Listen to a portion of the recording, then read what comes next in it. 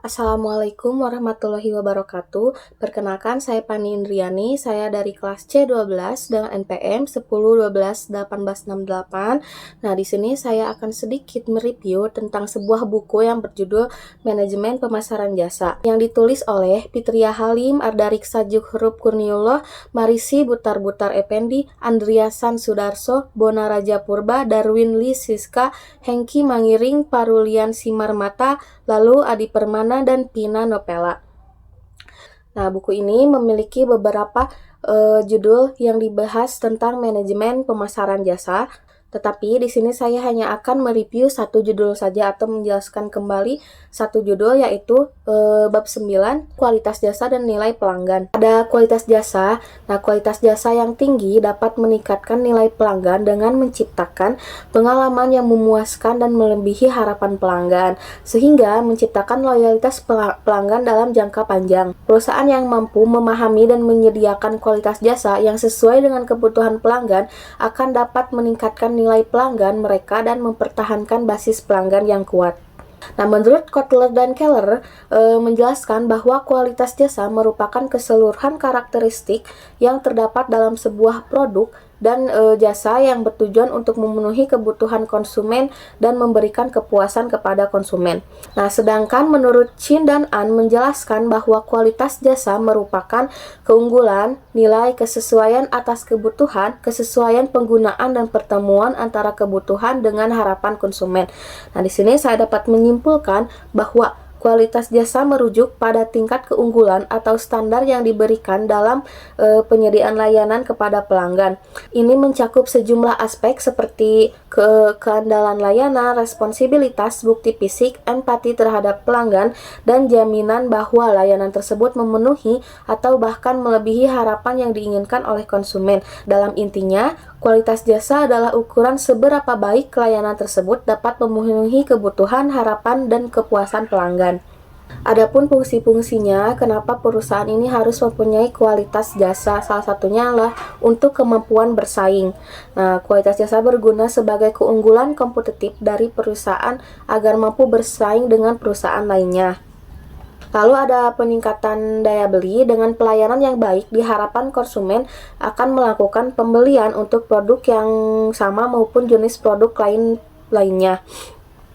Lalu menjaga hubungan baik. Nah, dengan adanya kualitas jasa ini akan menjaga hubungan baik dengan pelanggan, dan pelanggan pun akan loyalitas dengan jangka panjang terhadap kita. Menambah konsumen baru. Lalu ada bertahan dari persaingan harga, dari mana perubahan harga yang terjadi di pasaran maupun oleh kompetitor tidak mengubah pandangan konsumen untuk berpaling ke produk atau layanan pesaing. Lalu ada peningkatan citra. Nah, citra perusahaan sangat dekat dengan kinerja perusahaan, produk dan jasa perusahaan yang disampaikan kepada konsumen. Nah, dengan kualitas jasa maka akan meningkatkan citra perusahaan di mata konsumen dan lingkungan. Lalu peningkatan word of mouth, atau dengan kualitas jasa maka akan memiliki kemampuan word of mouth yang disampaikan pelanggan kepada halayak umum.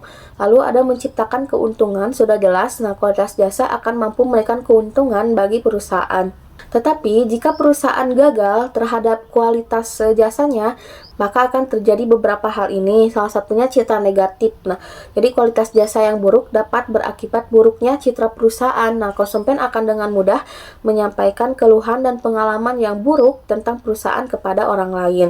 Nah, lalu ada konsumen meninggalkan perusahaan. Nah, adanya rasa kecewa dan tidak sesuai dengan harapan konsumen mengakibatkan konsumen tidak melakukan pembelian ulang. Hal ini akan sangat merugikan perusahaan. Nah, selanjutnya ada komplain dari konsumen yang meningkat. Nah, pelayanan yang buruk akan mengakibatkan banyaknya pengaduan dan keluhan konsumen terhadap perusahaan. Nah, sedangkan menurut Grundrus dalam Husaini, Jadeh dan Bideh, bahwa ketidakpuasan konsumen dapat berakibat pada peningkatnya komplain. Selanjutnya ada dimensi kualitas jasa. Nah, dimensi kualitas jasa ini merupakan berbagai aspek atau komponen yang digunakan untuk mengevaluasi kualitas layanan yang diberikan oleh suatu perusahaan kepada pelanggan. Nah, menurut Grundros dalam Husaini, Jadeh, dan Bideh bahwa kualitas jasa terdiri dari dua dimensi, yaitu dimensi teknik dan dimensi fungsional. Di mana dimensi teknik ini merupakan dimensi yang mengacu pada seberapa baik layanan yang digunakan untuk memenuhi harapan dari konsumen. Di mana harapan ini merupakan penilaian sebenarnya yang dilakukan konsumen secara objektif. Lalu ada dimensi fungsional, di mana dimensi fungsional ini merupakan dimensi yang digunakan untuk melihat bagaimana interaksi atau bagaimana saat layanan tersebut diproses dan disampaikan kepada konsumen. Nah, ada beberapa model atau konsep yang mengidentifikasi dimensi-dimensi ini. Salah satu model yang paling terkenal adalah model Servigual yang dikembangkan oleh para Suraman, Zeithaml, dan Berry. Nah, model Servigual adalah kerangka kerja yang digunakan untuk mengukur kualitas layanan berdasarkan persepsi pelanggan terhadap layanan yang mereka terima. Lalu apa saja sih model Servigual ini? Di antaranya ada keandalan atau reliability, di mana ini mencakup kemampuan untuk menyediakan layanan secara konsisten, akurat, dan tepat waktu. Konsep keandalan menggambarkan seberapa baik perusahaan dapat memenuhi janji-janji mereka kepada pelanggan dan memberikan layanan yang dapat diandalkan. Lalu ada daya tangkap atau responsiveness, di mana daya tanggap menunjukkan seberapa cepat dan efisien perusahaan dalam merespon kebutuhan pelanggan. Nah, ini mencakup kemampuan untuk memberikan layanan dengan cepat dan tanggap terhadap permintaan, pertanyaan, atau keluhan pelanggan. Yang ketiga ada jaminan atau insurance. Konsep jaminan ini mengacu pada kemampuan karyawan untuk memberikan layanan dengan kepercayaan, keahlian, dan sikap yang ramah. Nah, ini juga melibatkan upaya untuk memberikan keyakinan kepada pelanggan bahwa layanan tersebut akan diselesaikan dengan baik. Yang keempat ada empati. Empati ini mencerminkan kemampuan perusahaan untuk memahami dan merespon kebutuhan individu pelanggan dengan perhatian yang baik. Ini termasuk kemampuan untuk mendengarkan, memahami, dan merespon perasaan atau kebutuhan khusus pelanggan. Nah, yang terakhir ada bukti fisik atau tangible.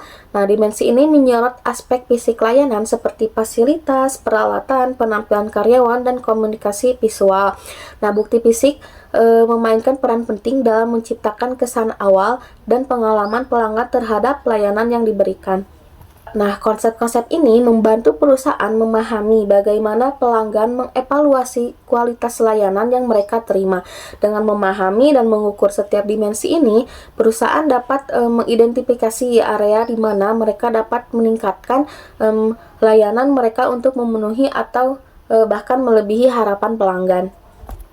Nah, selanjutnya ada strategi meningkatkan kualitas jasa. Yang pertama itu harus mengidentifikasikan determinan utama dari kualitas jasa. Nah, langkah pertama yang perlu dilakukan adalah melakukan identifikasi determinan utama kualitas jasa dari sudut pandang konsumen atau pelanggan.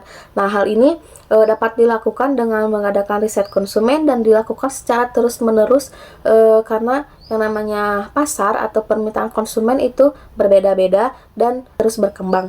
Lalu yang kedua itu ada mengelola harapan konsumen. Perusahaan perlu mengelola harapan konsumen terhadap perusahaan atas produk dan layanan yang diberikan oleh perusahaan. Nah, janji yang diberikan perusahaan kepada konsumen diharapkan sesuai dengan realitas sehingga konsumen merasa kecewa. Pengulangan bukti kualitas jasa bertujuan untuk meningkatkan fakta-fakta tangibles atau tadi bukti fisik yang diberikan perusahaan. Nah, konsumen akan melihat sejauh mana perusahaan benar-benar melakukan pelayanan yang baik sesuai dengan harapan konsumen. Lalu selanjutnya ada mendidik konsumen tentang jasa. Pelayanan yang berkualitas akan memberikan pengalaman yang baik bagi konsumen sehingga konsumen dapat memilih perusahaan yang benar-benar memberikan pelayanan yang baik kepada konsumen tersebut dan menjadikan konsumen puas dan loyal terhadap perusahaan tersebut. Lalu yang terakhir ada mengembangkan budaya kualitas. Budaya kualitas merupakan pola tingkah laku yang akan berpengaruh terhadap produk dan jasa yang ditawarkan kepada konsumen. Dengan meningkatnya kualitas pelayanan perusahaan akan menciptakan standar pelayanan yang meningkat secara terus-menerus. Nah, budaya kualitas merupakan sikap, keyakinan, dan nilai dari pelayanan.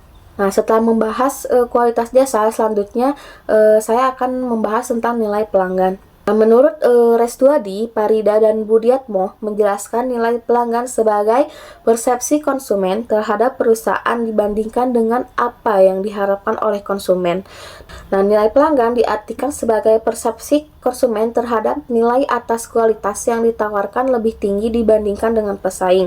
Nah, di mana semakin tinggi persepsi nilai pelanggan yang dirasakan oleh konsumen, maka memiliki peluang yang semakin besar untuk melakukan pembelian dan loyalitas terhadap perusahaan. Dapat disimpulkan bahwa nilai pelanggan adalah hasil dari perbandingan antara manfaat yang didapat oleh pelanggan dari layanan atau produk dengan biaya yang mereka keluarkan. Nah, ini mencakup tidak hanya aspek harga, tetapi juga kualitas, keandalan, dan kepuasan yang dirasakan oleh pelanggan atau konsumen.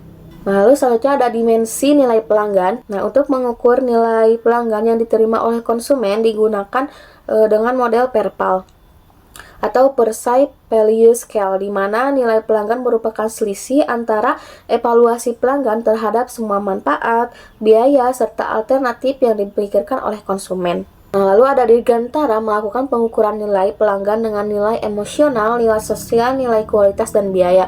Nah, beberapa variabel yang digunakan untuk mengukur nilai pelanggan adalah sebagai berikut.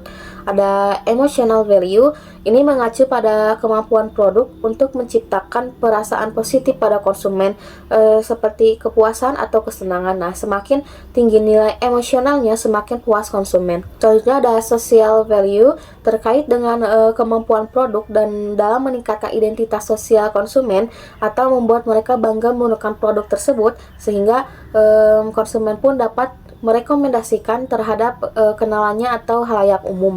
Lalu selanjutnya ada quality value, melibatkan pandangan konsumen terhadap kinerja produk atau jasa yang ditawarkan. Semakin baik kualitasnya, semakin tinggi kepuasan konsumen.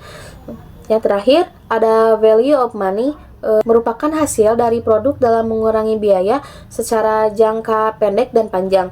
Nah, konsumen membandingkan harga produk dengan manfaat yang diperoleh. Nah, dalam memahami gabungan variabel-variabel ini, penting bagi bisnis untuk menilai dan meningkatkan nilai pelanggan serta memahami faktor-faktor yang memenuhi kepuasan pelanggan. Terakhir dari pembahasan kali ini ada strategi nilai pelanggan. Nah, tugas pemasaran adalah menciptakan nilai dengan cara menawarkan produk berkualitas dan harga yang pantas. Beberapa pendekatan untuk meningkatkan nilai pelanggan, yaitu ada economic value to the customer atau nilai ekonomi bagi pelanggan. Nah, strategi ini bertujuan untuk meningkatkan penjualan, mengurangi biaya, dan memberikan solusi yang dapat meningkatkan kinerja pelanggan. Lalu yang kedua ada differential advantage atau keunggulan perbedaan. Nah, membangun persepsi bahwa produk atau layanan perusahaan memiliki keunggulan dibandingkan pesaing dengan manfaat yang lebih besar.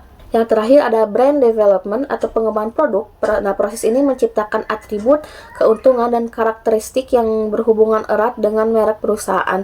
Terakhir ada brand development. Proses ini menciptakan atribut, keuntungan, dan karakteristik yang terhubung erat dengan merek perusahaan. Nah, tujuan dari pendekatan-pendekatan ini adalah meningkatkan nilai pelanggan dengan memberikan solusi yang lebih baik, membangun keunggulan kompetitif, dan memperkuat citra merek perusahaan. Nah, kesimpulannya, kualitas jasa yang tinggi dapat meningkatkan nilai pelanggan dengan menciptakan pengalaman yang memuaskan dan melebihi harapan pelanggan, sehingga menciptakan loyalitas pelanggan jangka panjang. Nah, perusahaan yang mampu memahami dan menyediakan kualitas jasa yang sesuai dengan kebutuhan pelanggan akan dapat meningkatkan nilai pelanggan mereka dan mempertahankan basis pelanggan yang kuat. Sekian video kali ini, mohon maaf apabila ada kesalahan atau kata-kata yang kurang berkenan. Wabillahi taufiq wal hidayah. Wassalamualaikum warahmatullahi wabarakatuh.